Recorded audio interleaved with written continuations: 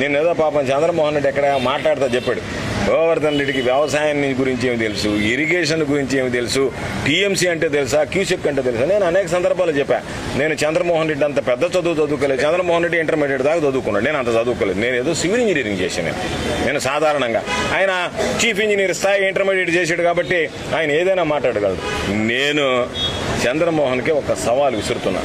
ఓరి ఎరిపువా, ఒకవేళ నీకు నిజంగా గనక ధైర్యం ఉంటే నువ్వు ఏ రోజు వచ్చినా సరే నీకు సివిల్ ఇంజనీరింగ్ సంబంధించి హైడ్రాలిక్స్ అంటే ఏంది, ఫ్లూయిడ్ మెకానిక్స్ అంటే ఏంది, హైడ్రాలిక్ మెషిన్స్ అంటే ఏంది, వాటికి సంబంధించి నీకు ట్యూషన్ పెట్టి ఒకవేళ నువ్వు ముద్దోడువైనా నువ్వు నేర్చుకోపోయినా నువ్వు ఎరగదీసైనా నేర్పిస్తా. నీకు ఏ విధంగా హైడ్రాలిక్స్ కానీ ఫ్లూయిడ్ మెకానిక్స్ కానీ వాటికి సంబంధించి టీఎంసీ అంటే ఏంది, క్యూసెక్స్ అంటే ఏంది, గ్రావిటీ ఫ్లో అంటే ఏంది, ఏది కావాలని నేను నేర్పిస్తా. ఏదో జక్కా వెంకయ్య గారు మహానుభావుడు, ఆయన దగ్గర పోయి 4 మొక్కలు నేర్చుకుని నువ్వేదో పెద్ద చీఫ్ ఇంజనీర్ లాగో ఇంజనీర్ చీఫ్ లాగో ఇరిగేషన్ సంబంధించి కాటన్ కన్నా నేనే విన్నా అన్నట్టుగా మాట్లాడడం కాదు. చేతులు బారలేసి నువ్వు అడిగిన దానికి అనేక సందర్భాలు చెప్పావు. ఎందుకంటే కుక్క ఇంటి ముందుకు వచ్చి కౌ నరుస్తుంది, దెబ్బ కొట్టమనుకో మరొక దెబ్బ మళ్ళీ వస్తుంది కాసేపు. అట్లా నువ్వు అరిచి వెళ్ళిపోవడం కాదు. నీకు ధైర్యం ఉంటే నా సవాల్ని స్వీకరించి నువ్వు రా, మన ఇద్దరం మాట్లాడదాం.